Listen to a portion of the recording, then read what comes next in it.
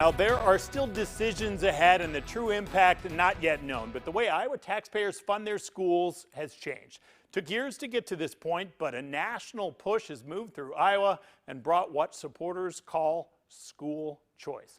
Now, Democrats say that giving nearly $7,600 per year to families for each student in private schools is not right. It takes away resources from public schools, and it still lets private schools decide whether to accept a student. Now, Republicans say the changes will give families another option to find the best learning environment. This week, we sit down one-on-one with Iowa's governor in her formal office at the State House on this signature push becoming law. And first up, will this hurt public schools? There's just no data out there that supports that statement. I feel like, a lot of times there's a lot of fear mongering going on, but it's the unknown. I mean, we're all nervous about what we don't know, but we ran different projections with different numbers of kids moving, and what the 1205 meant and what the additional funding opportunities meant. And it was different, based on different school districts, but for the most part, we were able to really minimalize the impact to the public schools. All right, so some people think that there's something going on behind the scenes here. Do you get some kind of direct benefit? Do your grandkids go private? No, they don't. They all go public. All of my grandkids are in public school. And you got to mess with them. And I've got 11. My daughter's a public school teacher.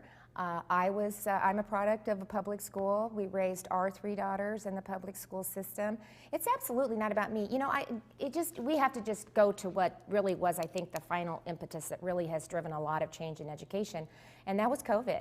It really gave parents a front row view as to what was happening in the classroom. You just assume everything's okay, and for the most part it is, but there were some things happening that the parents didn't agree with and didn't like. They wanted their kids back in the classroom. I mean, I talked to parent after parent after parent that was just fit to be tied. They were trying to be a spouse, a mom, they were trying to work, they were trying to educate their child, and they were But do you think most of those decisions were well-intentioned by administrators? I know you had the beef with Des Moines. No, because it was back and forth. Listen. I was told that I put politics over science. There wasn't any data to support what they were indicating, and the fact that to keep them out of the classroom. To keep them out of the classroom, and a lot of our school districts did keep them in, but a lot of our larger ones didn't. In fact, every single Democratic lawmaker in this building voted against giving parents the opportunity to put their child in a classroom. So for them to stand there during debate and just lecture me about not caring about kids, it doesn't really line up. I mean, where were you when you wanted to give parents the choice to put their child back in the classroom? It wasn't a mandate. It said the parent will decide, but we were going to open our classrooms back up and give them that opportunity. So, that really did change, I think, the way parents view education and what their expectations were. We've moved into critical race theory. We've moved into Sunday woke agenda. I mean, just a lot of different things. But that's not, are you aware of any Iowa school that was doing CRT? Yeah. What school was doing that? Well, I think, it was in the curriculum. And so even if it wasn't, why do we wait until it happens if we know it's wrong? I know, but the conversation is that they're already doing it. But it is happening across the country. It is happening. But what about our state, though? But I think they did discover some of those things happening. Is drag shows okay in a high school in Ankeny? That's not critical race theory. Well, but teaching kids to not love this country, to judge people by the color of their skin and not their character, how is that helping kids? It's not.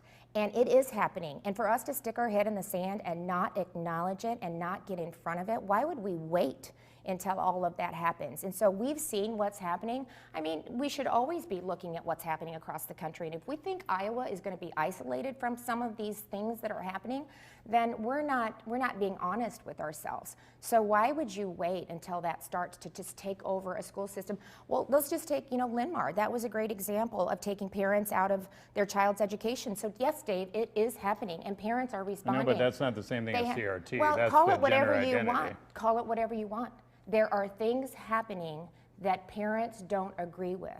They believe that these are their children and that parents should be making those decisions, not a school board, not the teachers, not K through 12, that they should be making those decisions on what. And so this just gives them an opportunity. Like I said, I believe the majority of parents will keep their kids in the public school system, but if you happen to be a parent who it doesn't align with your values, or you have a child that's just got in trouble and needs a little bit more structure, you ought to be able to have that conversation with another option and find an environment where that child can be everything that they can be. Talk about the scope of the project here. So it's bigger. Your third crack at this was a lot bigger than the first two here. I guess they shouldn't have said no. Hell no the second time. Like we've been talking about it for a long time. Why you've talked a lot about access, making sure kids can try to go wherever they want to go here. Why not make it income dependent? Why not cut it off at some certain level, which does make it cheaper for taxpayers? Yeah, if you well, don't let because wealthy again, get it. we're the haves and the haves not. We're having that conversation. I take a look at childcare and how I am continually trying to address the cliff issue, where here's what you have to make to have the option to have these resources to pay for it. Then I've got parents making decisions about, do I take that advancement, do I take that promotion, do I go out there and try to better my life because, oh my gosh, I'm going to lose childcare, I'm going to lose this, I can't now choose a school that I feel that is in the best interest of my child. So it's a mindset, it's a mind change. We are no longer funding systems, we are funding students, and those students will have an opportunity, the parents, to determine what educational environment best suits their needs. And again, most of those parents are going to select the school district that they're in, but some, 2 to 3%, are probably going to make another choice, or can. Talk about, so when you walked into the bill signing earlier this week, you had the big ovation, you had a lot of families there. Okay, so talk about those specifically. Can you assure them that we know how supply and demand works, right? Yeah. So now these private school families are going to get this money every year. How do they know their private school is not going to jack up tuition by $7,500, $7,600, right? Like, how do you? The market's going to drive that. So, I believe. But that would kind of defeat the purpose, wouldn't it? Well, that's why I don't think it's going to happen.